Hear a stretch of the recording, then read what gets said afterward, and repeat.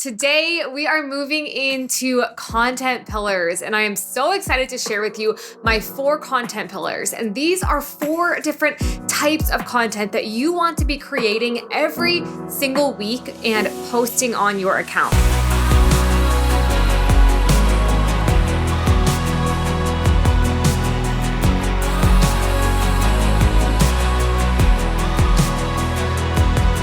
Hello, welcome back for week 2 of our social media series. In this series, we are talking all about how to show up on social. We covered last week about the importance of showing up strong at the beginning of the year because this is the time when all of those new engaged couples are looking for their vendors. So we want to be out there in the world of social media. We want to be present in their feeds. We want them to be getting to know us and to be excited about learning about our business and ultimately becoming our clients. So today we are moving into content pillars, and I am so excited to share with you my 4 content pillars. These are the 4 pillars of content that are going to help your audience feel connected to you, trust you, and feel excited about working with you. So first things first, I have a question for you. Are you making this mistake on Instagram? I often see business owners who are doing a really great job showing up consistently on social media. They're there every single day, but they're still wondering why they're not getting inquiries or bookings. 9 out of 10 times, this is because of one specific reason.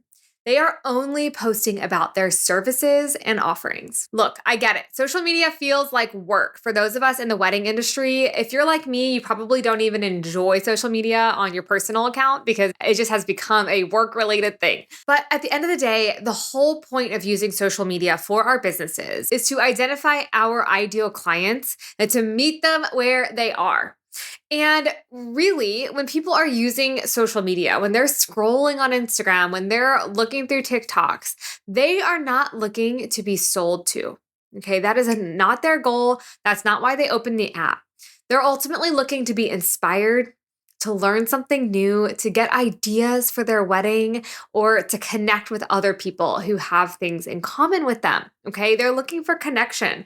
And so if we are only focused on selling and talking about our services and talking about our offers all the time, we are not going to connect with our audience in the way that we really want to and the way that we need to in order to have success through social. So I want to focus on 4 different types of content that are going to help you to do exactly that. All right. The first one is the no factor. So we've all probably heard about this, but I'm going to take it and I hope put a fresh spin on it and help you to see different types of content specific to us as stationers or people in the wedding industry. So we need to help people get to know us.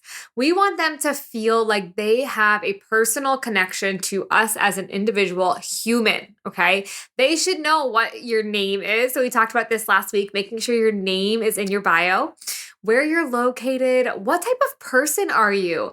What do you really care about? What's your family like? Do you have pets? Where do you travel? What sets your soul on fire? What could you lose track of time talking about? All of these things that are just the fibers of your being that make up who you are. We want to bring our audiences into that. And I know that this can be hard and this can sometimes feel uncomfortable, especially if you tend to be a very private person who doesn't really share a whole lot about you.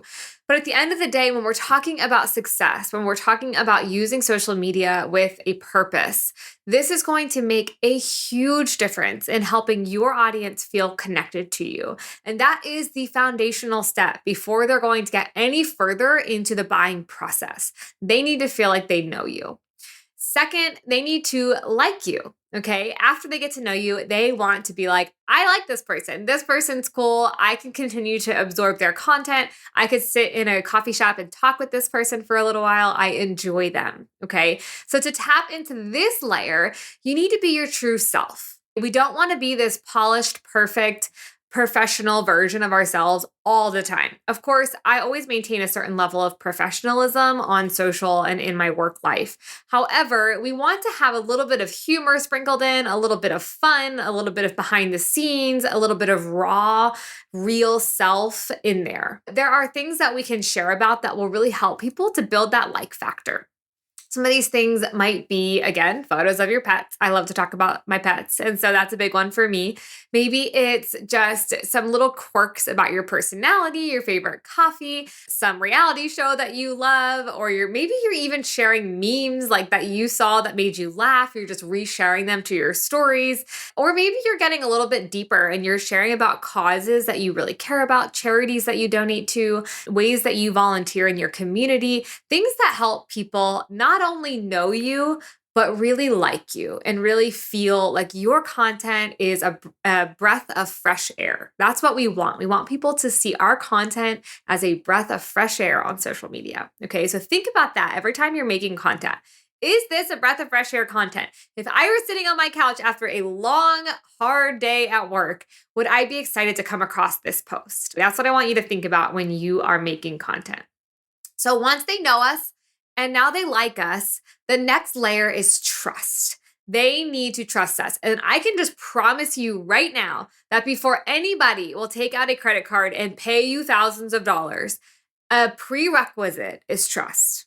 Trust is an absolute 100% must come first before someone's going to pay you thousands of dollars. Especially in today's day and age of scams and fraud and all of that, people are looking for red flags. People are looking for reasons not to trust online businesses. We need to go the extra mile to show that we are trustworthy, that our business is legitimate, and that they can trust us to bring their vision to life. So how can we build trust? There are many different ways that we can do this. The first one is sharing testimonials, right? So anytime that we get a testimonial from a past client, we can share bits and pieces of that. We can link to our Google reviews for people to read those. We can screenshot emails. We can screenshot texts, anything that shows our credibility and that other people who've worked with us have had a good experience. That helps build trust. The next thing we can do is create educational content. So we can make reels, we can make posts that educate people about our industry, about what we do. And so for stationers, a great example of this would be talking about postage or talking about assembly or talking about etiquette.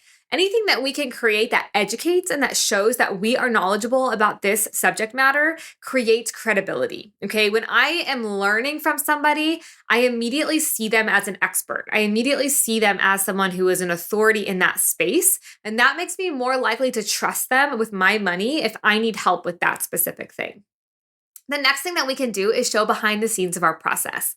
At the end of the day, the more people know about our process, the more likely they are to trust our process. And so if we are showing, okay, here's a link that you can click to inquire, helping someone see what happens after they inquire will help them feel more comfortable and help them trust you to actually take that first step. So for example, I like to have on my website somewhere about the next 3 steps. After you inquire, here's what happens next. I will email you with a link to schedule a quick 15-minute call for us to get to know each other better. After that call, I will put together a custom proposal with 3 packages at different price points for you to review. After you decide which package you'd like to go forward with, I will send you a contract and a 50% retainer payment to secure your spot on our schedule. Pulling back the curtain on that 3-step process helps people to fully understand this is what her process is. I don't have to feel a little nervous about what's going to happen after I inquire. I know what's going to happen. I know that I'm going to get 3 packages at different price points to look at. That makes me feel better about this. I know that I only need to make a 50% retainer payment to get started. That makes me feel better about this.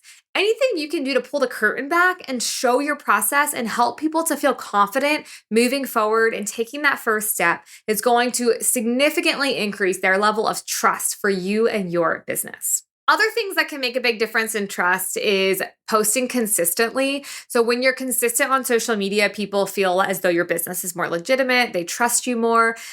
This is maybe an arguable one, but some people think that paying to have that little blue check mark on Instagram helps build trust. Again, that's a decision that you can make for your business or not, but it's $15 a month and maybe it helps boost trust a little bit. Okay, the 4th one. So we've gone through the first 3. Help them know you, help them to like you, and help them to trust you. The last one, and this is the one that is not talked about as much and that many of you maybe are not doing, is get them to act. Call them into action. Once they know us, like us, and trust us, it's time to get them to actually inquire and take the next step. This is the one that so many of us either forget about or we shy away from. We're just nervous. We don't have that salesy bone in our body. And so we just don't do it. We just think, oh, if I just show pretty things all the time, they'll inquire. But no, we have to call them into action. We have to get them to take that next step. And the best way to do that is to tell them to do it. And so we are going to add this into our content pillars. We're going to help them know us, like us, and trust us. And then we're going to intentionally make content that is all about getting them to act. That is all about linking an actual link to our contact form. That is all about using keywords to get people to comment and get the link to inquire. We want them to take action. So examples of this would be saying things like inquire through the link in my bio, DM me to learn more. My schedule is almost full. It's time to book. Prices are going up. Don't wait to secure your spot.